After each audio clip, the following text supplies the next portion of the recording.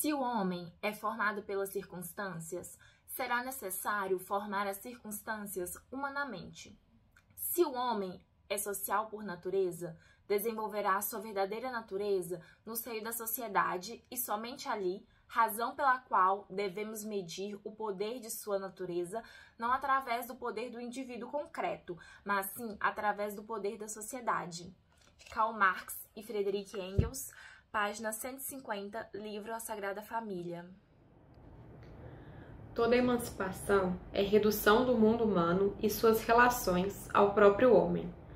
A emancipação política é a redução do homem, por um lado, a membro da sociedade burguesa, a indivíduo egoísta, independente, e, por outro lado, a cidadão, a pessoa moral. Mas a emancipação humana só estará plenamente realizada quando o homem individual real tiver recuperado para si o cidadão abstrato e se tornado ente genérico, na qualidade do homem individual, na sua própria vida empírica, no seu trabalho individual, nas suas relações individuais. Quando o homem tiver reconhecido e organizado suas forças próprias como forças sociais, e, em consequência, não mais separar de si mesmo a força social na forma da força política. O trabalhador se torna tanto mais pobre quanto mais riqueza produz. Quanto mais a sua produção aumenta em poder e extensão. O trabalhador se torna uma mercadoria tão mais barata quanto mais mercadorias cria. Com a valorização do mundo das coisas, aumenta em proporção direta a desvalorização do mundo dos homens. O trabalho não produz somente mercadorias. Ele produz a si mesmo e ao trabalhador como uma mercadoria, e isto na medida em que produz, de fato, mercadorias em geral.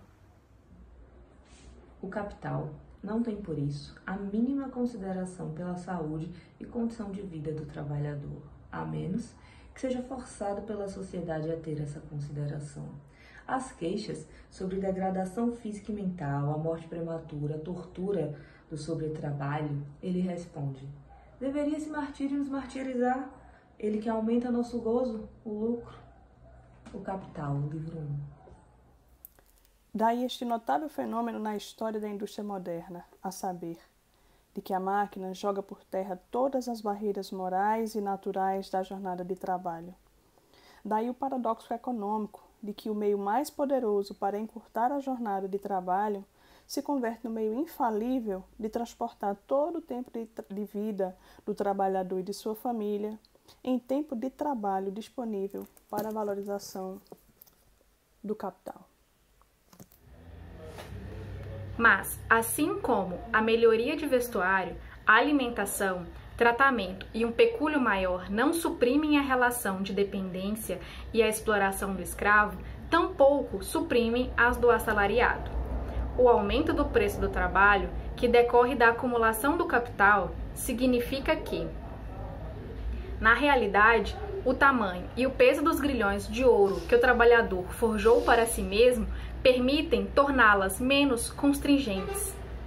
A sociedade não consiste de indivíduos, mas expressa a soma de vínculos, relações em que se encontram esses indivíduos uns com os outros. É como se alguém quisesse dizer, do ponto de vista da sociedade, não existem escravos ou cidadãos, ambos são seres humanos. Pelo contrário, são seres humanos fora da sociedade. Ser escravo e ser cidadão são determinações, relações sociais dos seres humanos A e B.